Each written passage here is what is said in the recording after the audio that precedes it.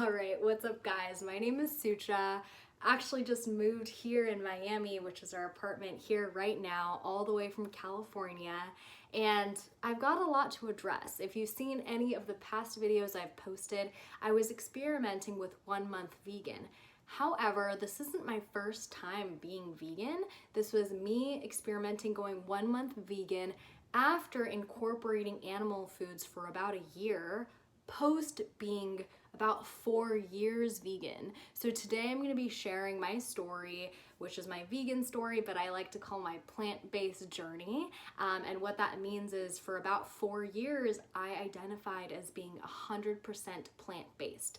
Not just plant-based, but also a plant-based athlete, which means I was working towards strength gains, also aesthetic gains, working towards progressive overload, and optimizing my health while being fully plant-based to enhance my physical athletic performance while also focusing on my energy, because all of these years I have been working full-time as well with tons of other responsibilities that many of us have. So we're going to take this way back to the beginning of the journey when I was just a child. So I'm Indian, my parents are from India, my entire family is in India, and in India we view the cow as a holy sacred cow. But one of the big reasons we look at the cow this way is because it's seen as our mother. It's seen as something that's providing us milk, butter, nourishment, which dairy, which even though that's not vegan, it's a huge part of the Indian culture, and it's something that has been in our ancient practices for so long. Because the cow is providing us with this, and it's helping with tilling, it's helping with farming, it was not seen as something as food because it was something that was sacred. It was actually intertwined with the Hindu deities as far as religion goes as well. So because of this, in Indian culture, just eating cow was a no-no. It's not even considered food. Again, it's considered as a mother and something holy. So while growing up, my parents were really never strictly religious. They weren't strictly saying, no, we can't eat certain types of food, although they were strict about eating healthy, but we just never had beef in the house. If we got together with family friends who might have been Indian as well, possibly it was more fish or chicken, really wasn't cow. So I didn't really grow up with red meat. I remember when my brother eventually found out what In-N-Out burgers were, he loved them, but it was still something I really didn't take part in. It was just something I never even considered to eat red meat. I do remember when I was very young, seafood has always been a favorite of mine, and also I insanely loved anything with bacon and pepperoni pizza. So those are just, childhood memories, but it's something that I kind of pushed away to the side. In high school is when I really started paying attention to certain diets or certain ways of eating. And I remember at my freshman year of high school, I was that's when I really became conscious of my weight, of how I looked, although I wasn't really educated on what was healthy food and what wasn't. So I had heard about a pescatarian way of eating, and it sounded very intriguing. It sounded like it made sense to me because anytime I would consume something that was chicken, it wasn't really in the healthiest form. I remember specifically Carl's Jr. spicy chicken burgers. So turning into a more pescatarian lifestyle allowed me to create a little bit of healthier choices, and I noticed it did help with weight, and it also felt good for me. My ego part of me liked to say I was a pescatarian, but I also genuinely enjoyed seafood, fish, and pescatarianism includes still dairy and eggs, and so these are things that I would incorporate here and there. I would still have to go through my cycles of binge eating. I still sometimes wouldn't feel satiated. I would have insane sugar cravings, and I still just went through the waves of when you care about your appearance so much as a young woman, you go into maybe some disordered eating, which is what I experienced a lot. Now, I was 18, 19 years old when I was introduced to what sustainability was, environmental sustainability, and it intrigued me. I was always obsessed with the environment growing up. I went through my phase of wanting to be a geologist and then marine biologist, But 18, 19, I actually got to help lead a camp with high school kids with the internship I was a part of in San Diego, where I eventually moved. And during that time, I got to take a deep dive into sustainability. And during that time, I was brought to light how unsustainable our meat agriculture industry was. And I took a step back and I was like, hey, like I'm already pescatarian. This would mean I'm taking out, the fish, the eggs, and the dairy. And at that time, I wasn't too attached to foods. I would say the only food that I thought I was missing was chocolate. But then later I was introduced to vegan chocolate, which is amazing still. It didn't seem so far-fetched, although before I actually decided to go 100% plant-based, going vegan, I remember literally saying out loud, like, this is something I could just never do.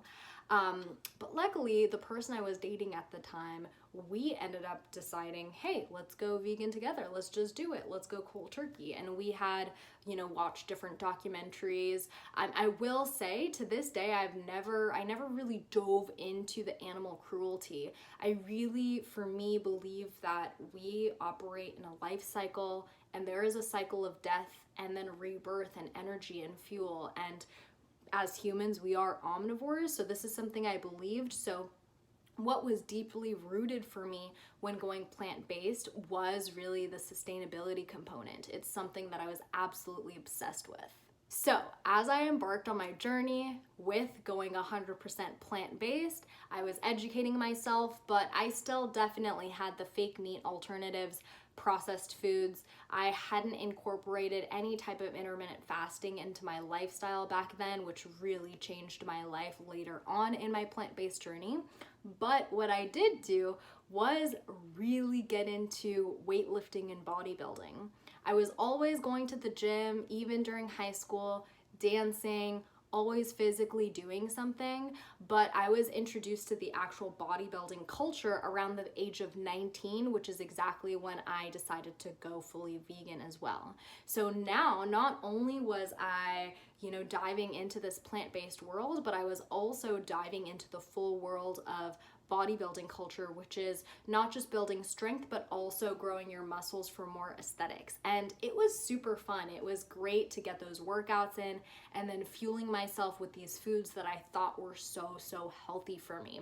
Protein was always really, really big for me, so I definitely was all about vegan protein powder, and then definitely explored tofu and tempeh because I didn't want to rely so much on the alternative processed meats, like alternative meats. So tofu and tempeh seem to be the cleanest.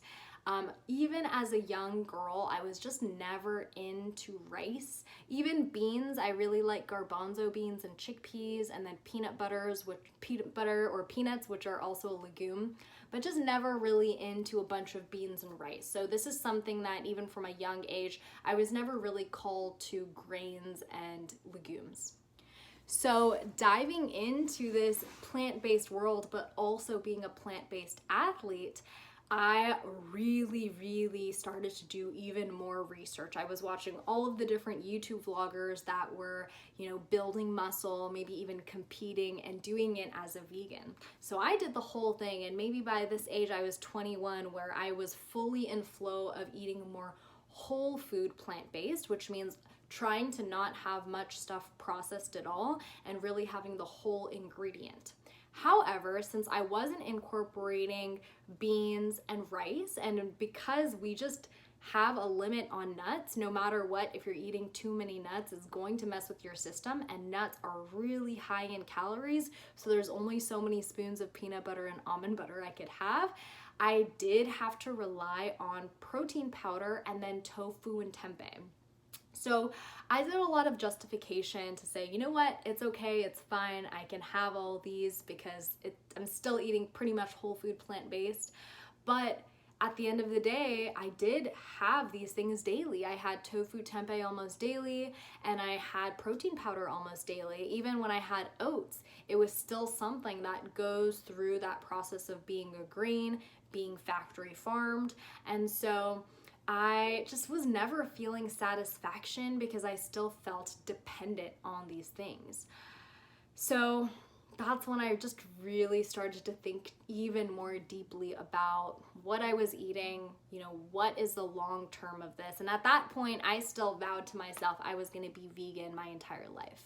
While being a plant-based athlete, I actually got to meet a lot of my goals. One of my big goals, I wanted to see ab lines, and this is a big goal for a lot of us. And I actually got to that point. I got to a point where I was really lean, I got really shredded, and I still felt really high energy. I felt pretty healthy.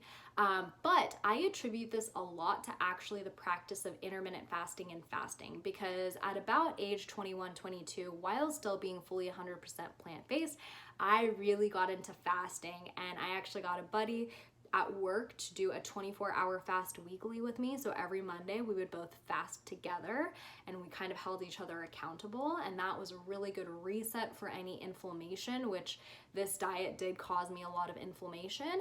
And I also started to incorporate intermittent fasting, on the daily.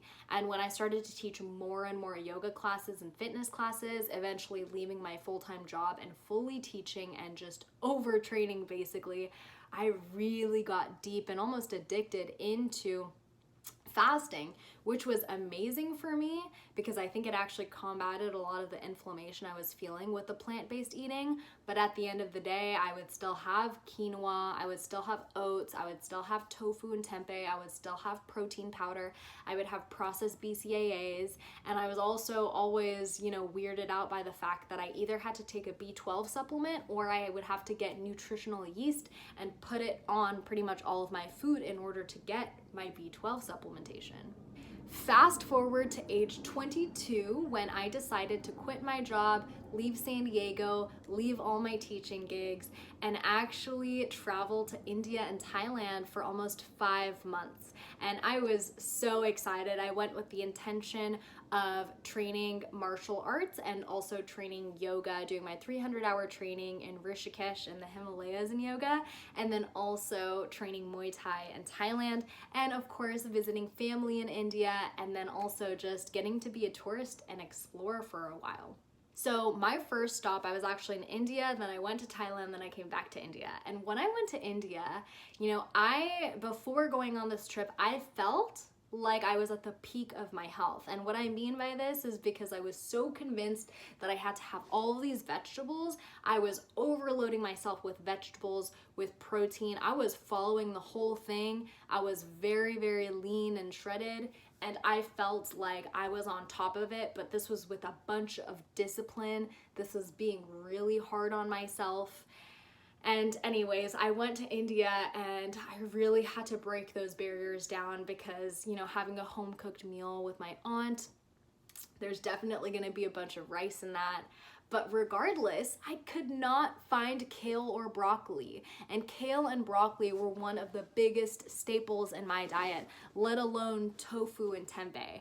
I was able to bring protein powder, which I put huge tubs of protein powder and brought it all the way to India, taking up my special, scarce suitcase space because I was almost backpacking on this trip. But I did not know what to do about protein. And I told myself for the first 2 weeks that I'm here until I go to my yoga teacher training, I'm just gonna let it go. I'm gonna eat whatever.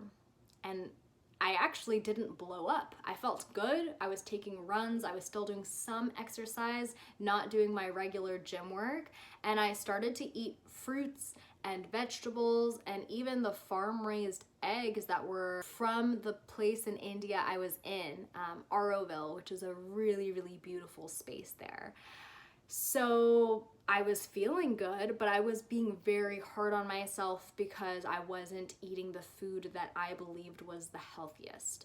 I remember, looking at a few doctors' accounts and kind of questioning, like, how can you preach that kale and broccoli and dark green leaves are the healthiest when people on the other side of the world don't even have access to this? And what I mean by that is most places in India don't have access to these dark green vegetables that are supposed to be the best for you. They don't grow in that weather and climate.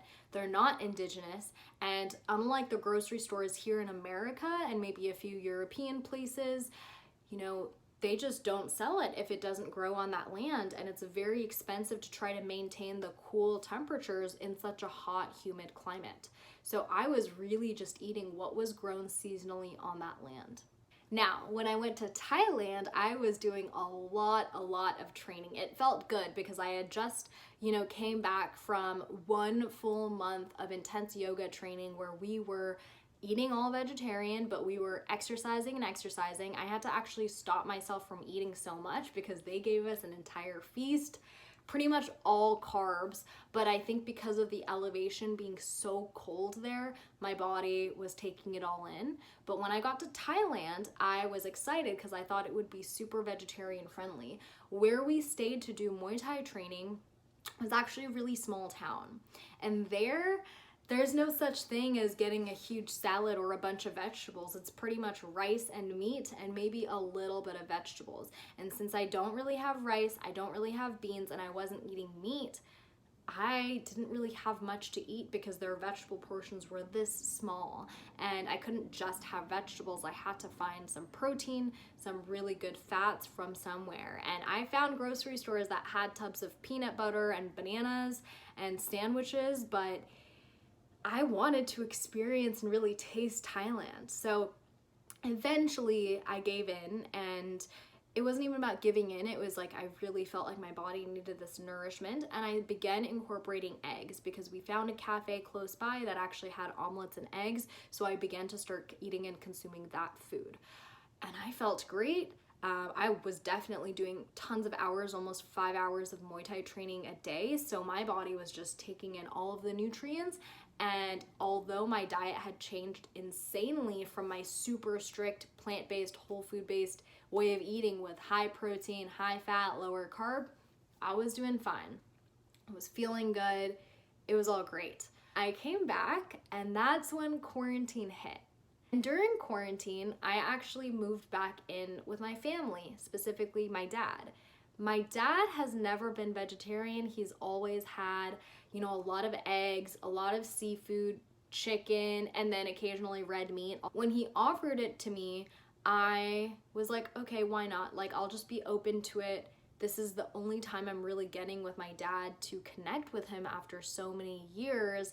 And I wanted to share that experience. And we've always bonded over having sushi together, over having seafood and fish. So I wanted to just have that experience and also experiment with myself. Now, as a quarantine, all the gyms were closed, so I was really doing a lot of movement fusion, which is the Live Bliss style of training where you're doing pretty much body weight, but really focusing on strength at home. And I was feeling amazing. I got to my pull-ups for the first time. I'd never been able to do pull-ups. I was maxing out on my push-ups, and luckily my dad had some weights at home, so I was still able to do some weightlifting. During this time, I was feeling good. And I had an irregular period for so long, but I felt like it was finally starting to get healthy after so long. All right, so also during quarantine, I met my current partner, and we were quite the opposite. He is an absolute carnivore, and when I say carnivore, it's just all red meat, specifically steak, big steak guy, and also eggs and bacon. And I was raised, just like many of us, thinking eggs and bacon for breakfast is the absolute most unhealthiest thing you could have, and steak is going to literally give you heart disease. These are all things that were embedded into my brain as someone who just, listened to the average nutrition advice you got out there, and also someone who committed to a fully plant-based way of eating. So after a few months of dating, I eventually tried my first piece of steak ever in my life. And I never understood why people like steak until I tried steak. And it was absolutely incredible. I didn't have it often though. It was only occasionally when he made it and if we were hanging out. Something really weird happened. When I began to slowly start reincorporating eggs and salmon and some chicken and some red meat occasionally, all of a sudden, my body, my brain, every, cell in my being started to crave it. I'm not joking with you when I say I was literally almost salivating when I saw meat or had it in my vicinity. Now, I was going through a lot of guilt because not only was I plant-based for years, I preached it, I ran plant-based programs, and I also had plant-based eating as a big foundation of the company I run. So this was a huge, almost identity crisis for me, and it's something that I'm still processing and trying to unlearn and step into this new version of myself. Because my ego was so identified with plant-based vegan eating. Although I didn't impose it on people, it was something I really identified and attached to. And during this time, during quarantine, I was able to really dive deep into my own studies, my own inspirations. And one of them has always been primal living. That's always been something focusing on long-term health, focusing on getting back to our innate roots. But something was still not adding up. It still felt really weird to feel like I had to supplement with things that I wasn't able to get for food. Because if something was really supposed to be sustainable, it should be fully sustainable to the human. I felt like I should be able to get all of my nutrients from my food, and it should be good for the environment as well. Something was off for me, and primally, ever since I had went to India and Thailand and realized they don't even have certain foods that are claimed to be healthy for us because it doesn't grow there, I thought, something is wrong, something's missing. And there's a reason why I'm feeling this insatiable, hunger and craving for meat and eggs and all of these animal foods that literally came out of nowhere for me. It's something I suppressed for so long. I eventually just lifted up every rule and barrier I had from food, and I allowed everything in. And when I did that, it was incredible. I was eating completely whole foods. Not a single thing came out of a package. That means I no longer had to rely on tofu and tempeh, which are processed. My need or even desire for anything with protein powder or BCAAs went away. I felt so much energy, so much nourishment, and what's more is for the longest time my hair was falling. I know it looks like I have a lot of hair, but my hair actually used to be way more thicker. Believe it or not, my mom's hair is thicker than mine. And slowly I started feeling like less and less of my hair was falling. My skin would just have on and off breakouts, nothing crazy like it was in middle school time, but my face was feeling more just even complexion. My energy levels were starting to just create a balance, and my cravings for sugary food started to dissipate. I've been using fasting as a big healing method for me, and what goes hand in hand with fasting is also getting your body into ketosis. So I'm not saying keto diet, don't get scared, but ketosis is such a natural part of our being. We live in a world where we're constantly supposed to be raising our dopamine with different sugars, different exciting foods, and we never get to actually experience this. And it's something that I researched while I was vegan that I really wanted to experience, but while you eat vegan, it's literally impossible to eat completely keto because every single thing you have, especially unprocessed, is going to have natural carbs coming from it. So that felt very doable, and it made a lot more sense when I started incorporating animal foods. I also had a really irregular period, which I did think a big reason of it was because I was on birth control for a few years, but even after being off of it for 2+ years, I was still experiencing really weird periods, even after, regulating my training. And all of a sudden it started to normalize. So what started out as kind of something very natural, transition, more of an experiment, started to feel so good, and it helped my mental health a lot too. I just didn't feel restricted anymore, and I just allowed myself to keep eating a bunch of animal foods actually because I was feeling that insatiable hunger, and it was really healing all these parts of me that I felt like I was holding back. Because even while I was vegan, I would definitely have days that I was craving seafood, but I would still restrict it, just feeling so much guilt. After diving into more and more research, I started realizing that so much of the research that's focused on vegan plant-based eating is very, very biased. In the case of, meat and veganism, the studies done on people eating meat, if you think about how meat is usually delivered in America, it's usually alongside a burger with fries, hot dogs, pizza. The way people eat meat is not the healthiest way to eat meat. And if you think about the people who are eating burgers, fries, hot dogs, like all of these things, most likely they're not going to be exercising. Now, if you think about the average vegan or plant-based person, not only are they eliminating all of these different fried foods or processed foods, but they're also most likely doing some type of exercise and yoga, and they're definitely very health conscious if they've decided to go plant-based and, actually give a shit. So it's very skewed because the meat lifestyle shows up as far more detrimental because of the type of person and because the way the meat is consumed. As of right now, there's not really many studies on showing people who are just consuming high quality meat eating in a more clean, whole food based lifestyle.